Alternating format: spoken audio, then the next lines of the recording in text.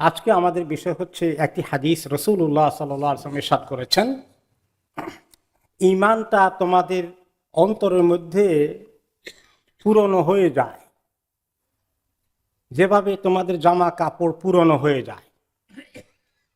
কাজেই তোমাদের অন্তরের ঈমানকে নবায়ন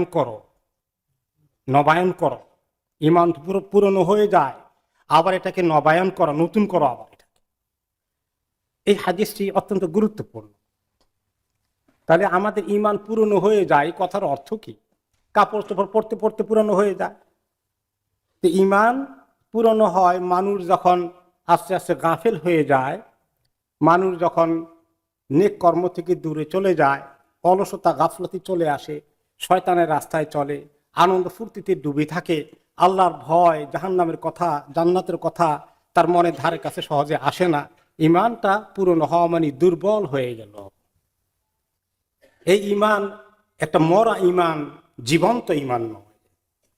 এমনকি যদি আমরা রুটিন ওয়ার্কগুলো করি, এই যে 5 ওয়াক্ত নামাজ পড়ি, জুমা পড়ি, ওযু করি, ইত্যাদি করি, এগুলোর মধ্যে ঈমান নবায়নের সুযোগ আছে।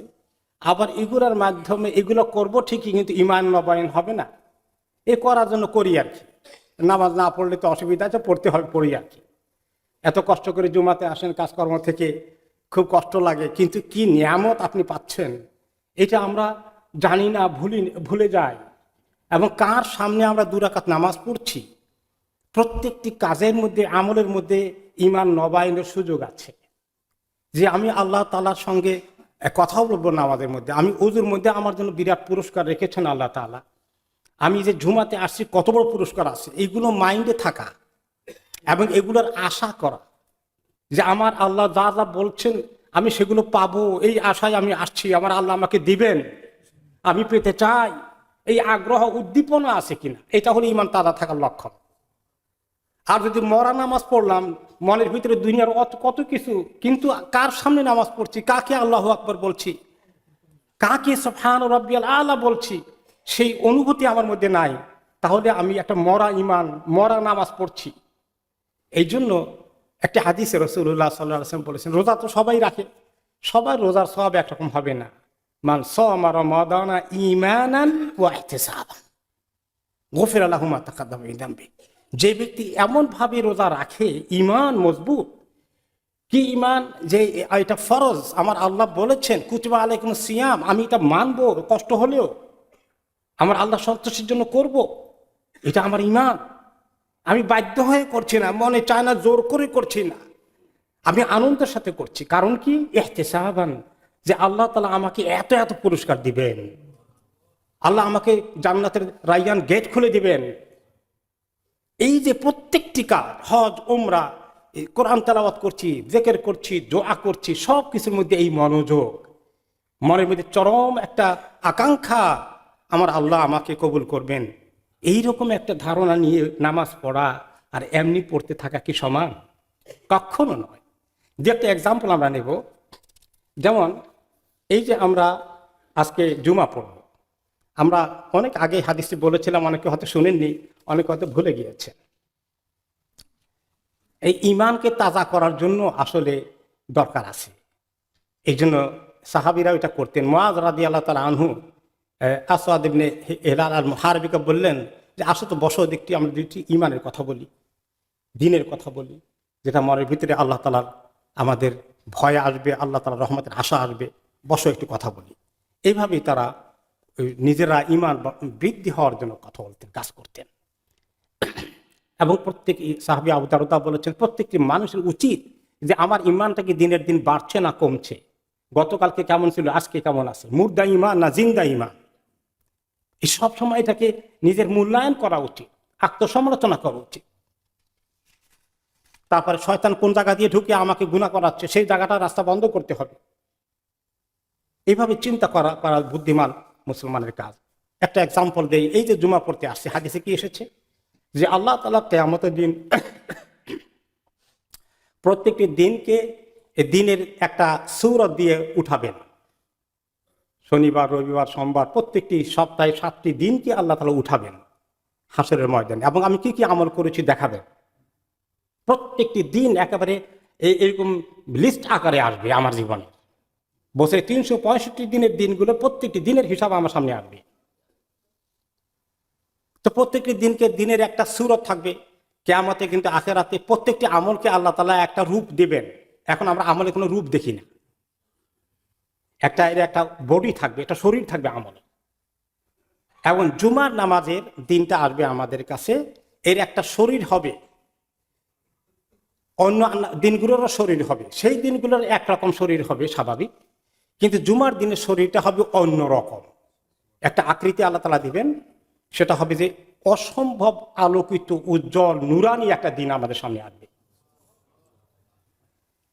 এবং তাদেরকে আল্লাহ তাআলা এই জুমার যে ফজিলত এবং মর্তবা এবং তারা যেভাবে জুমাকে আদায় করেছে, এইটা তাদের কাছে এমনভাবে আসবে, তাদেরকে দেওয়া হবে, দেখো তোমার জুমা তোমার কাছে আসছে।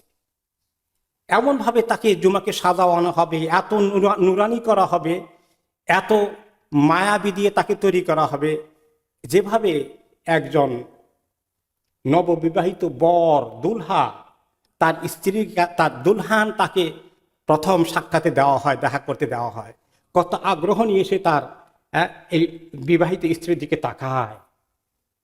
এরকম বিবাহের বিষয় নয়, কিন্তু এমন আকর্ষণীয় জুমা, নুরানি জুমা তার কাছে প্রেজেন্ট করা হবে।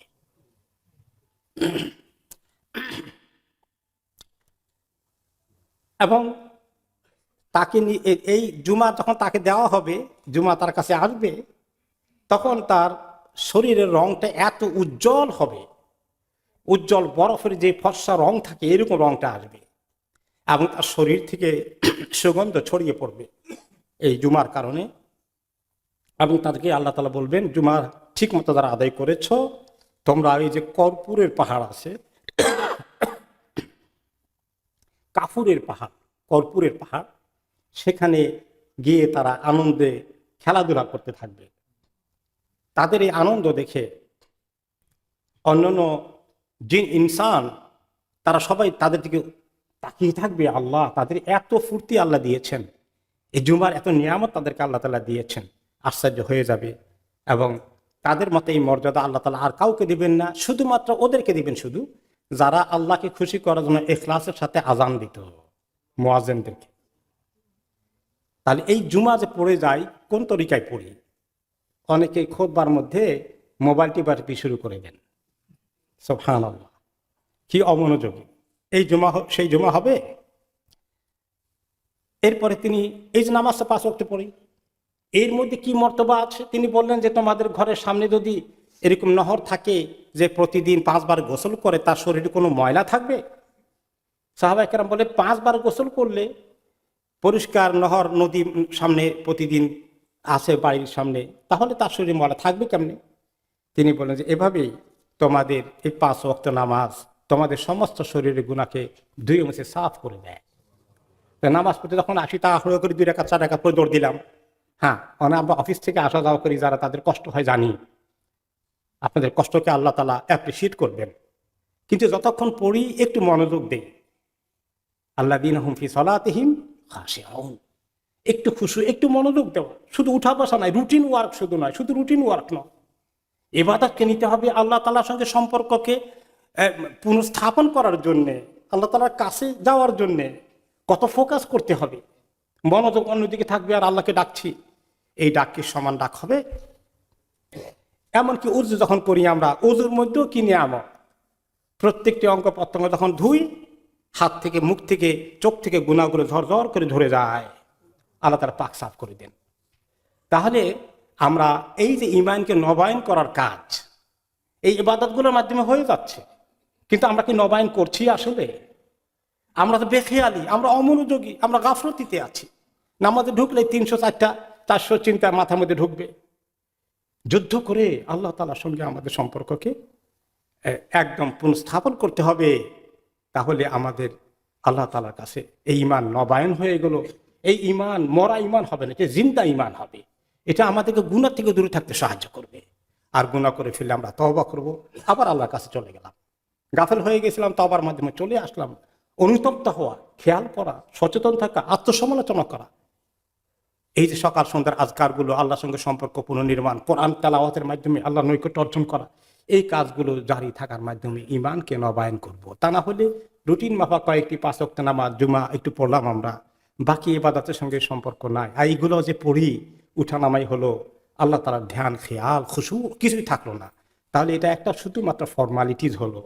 এর স্বভাব ওই ব্যক্তির মতো হবে না যে ব্যক্তি নামাজকে আল্লাহ তাআলা তার মেরাজ হয়ে গেছে, আল্লাহর সঙ্গে তার কথা হয়ে গেছে নামাজের মাধ্যমে। আল্লাহ তাআলা এইরকম ইবাদত আমাদেরকে তৌফিক দান করুন। ঈমানকে নবায়ন করার জন্য আল্লাহ তাআলা আমাদেরকে তৌফিক দান করুন।